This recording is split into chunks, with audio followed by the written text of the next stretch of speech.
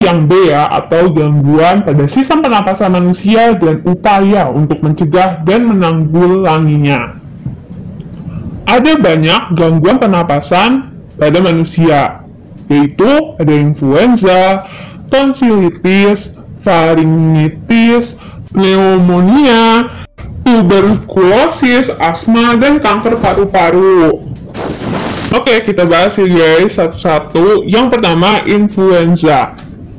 Influenza ini merupakan penyakit yang disebabkan oleh infeksi influenza virus. Nah, gejala umum influenza itu yaitu demam dengan suhu lebih dari 39 derajat Celcius, terus pilek, bersin-bersin, batuk, sakit kepala, sakit otot, dan rongga hidung terasa gatal. Dengan kondisi hidung tersumbat, penderita influenza akan kesulitan untuk bernapas guys. Virus influenza keluar dari tubuh seseorang bersamaan dengan batuk dan pilek, kemudian disebarkan melalui udara. Selain itu, virus juga dapat menular ketika seseorang menyentuh permukaan yang berkontaminasi virus, kemudian orang tersebut menyentuh mulut dan mata. Nah, agar kita tidak mudah tertular virus influenza, sebaiknya kita selalu menggunakan masker ketika berkendaraan dan rajin mencuci tangan dengan menggunakan sabun sebelum makan. Yang kedua, tonsilitis. Secara normal, tonsil atau amandel akan menyaring virus dan bakteri yang akan masuk ke dalam tubuh bersamaan dengan makanan atau udara. Nah, apabila daya tahan tubuh dalam kondisi lemah, virus dan bakteri akan menginfeksi tonsil sehingga dapat menyebabkan penyakit tonsilitis. Nah guys, gejala tonsilitis yaitu sakit tenggorokan, tonsil mengalami peradangan, batuk, sakit kepala, sakit pada bagian leher atau telinga, dan demam. Terus guys, virus yang dapat menyebabkan tonsilitis yaitu adenovirus, rhinovirus, influenza, dan coronavirus. Golongan bakteri yang menyebabkan tonsilitis pada umumnya adalah bakteri Streptococcus. Yang ketiga, faringitis.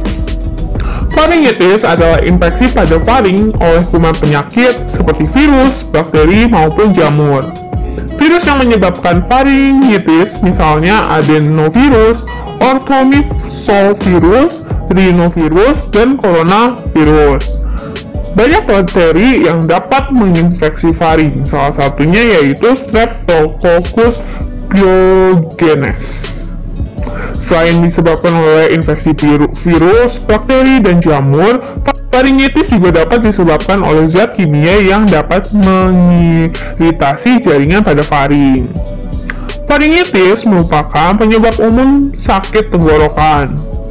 Orang yang menderita faringitis biasanya disertai dengan radang tonsil, amandel, yang menyebabkan rasa nyeri saat menelan makanan. Penanganan faringitis yaitu dengan memberi antibiotik dan antifungi untuk membunuh bakteri serta jamur yang menginfeksi faring.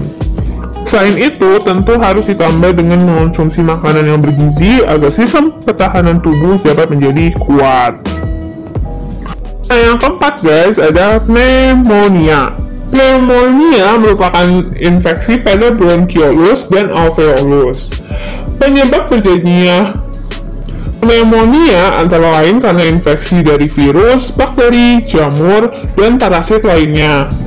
Namun, pada umumnya disebabkan oleh bakteri Streptococcus pneumoniae. Pada paru-paru, penderita pneumonia terdapat cairan yang kental. Cairan tersebut dapat mengganggu pertukaran gas pada paru-paru. Hal ini menyebabkan oksigen yang diserap oleh darah akan menjadi kurang. Nah, gejala dari penyakit pneumonia yaitu demam, batuk berdahak, tidak enak badan, sakit pada bagian dada, dan terkadang mengalami kesulitan untuk bernapas. Penyakit pneumonia dapat dikeluarkan melalui udara ketika penderita pneumonia batuk maupun bersin.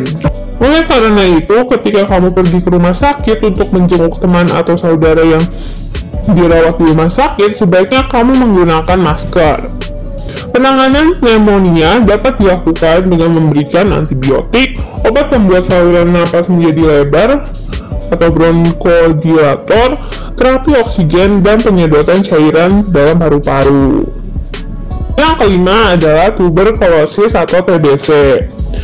Penyakit TBC disebabkan oleh infeksi bakteri Mycobacterium tuberculosis. Selain menginfeksi paru-paru, bakteri ini juga dapat menginfeksi pada bagian lain dari tubuh. Ketika bakteri tersebut masuk ke dalam paru-paru, bakteri akan menyebabkan infeksi sehingga memicu sistem imun untuk bergerak menuju area yang terinfeksi dan segera memakan bakteri tersebut agar tidak menyebar luas. Jika sistem imun lemah, maka bakteri dapat masuk ke peredaran darah dan sistem limfa untuk menginfeksi orang lain.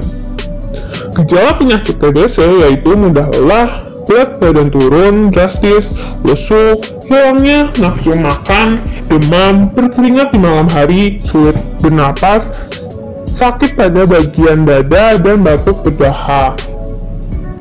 Yang keenam, itu asma. Asma merupakan salah satu kelainan yang menyerang saluran pernapasan.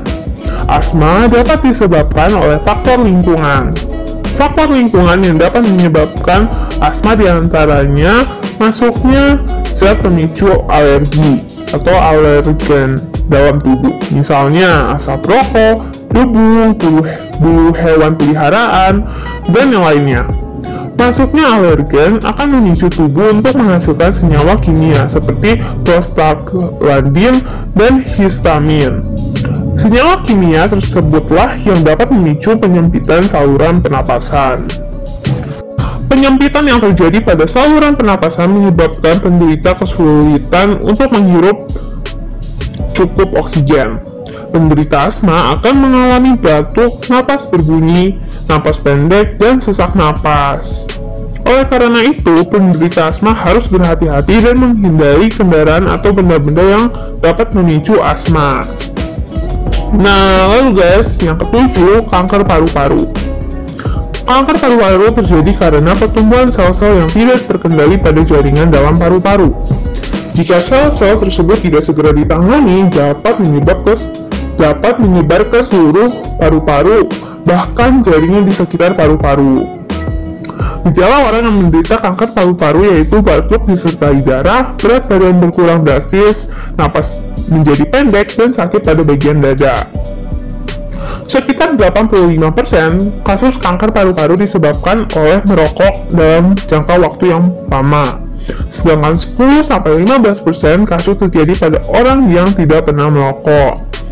Kanker paru-paru pada orang yang tidak merokok dapat diakibatkan karena kombinasi faktor keturunan dan faktor lingkungan, misalnya menghirup debu asbes dan udara yang terpolusi, termasuk akibat menjadi perokok pasif. Wah, ternyata banyak banget ya guys penyakit-penyakit pada sistem pernapasan manusia. Jadi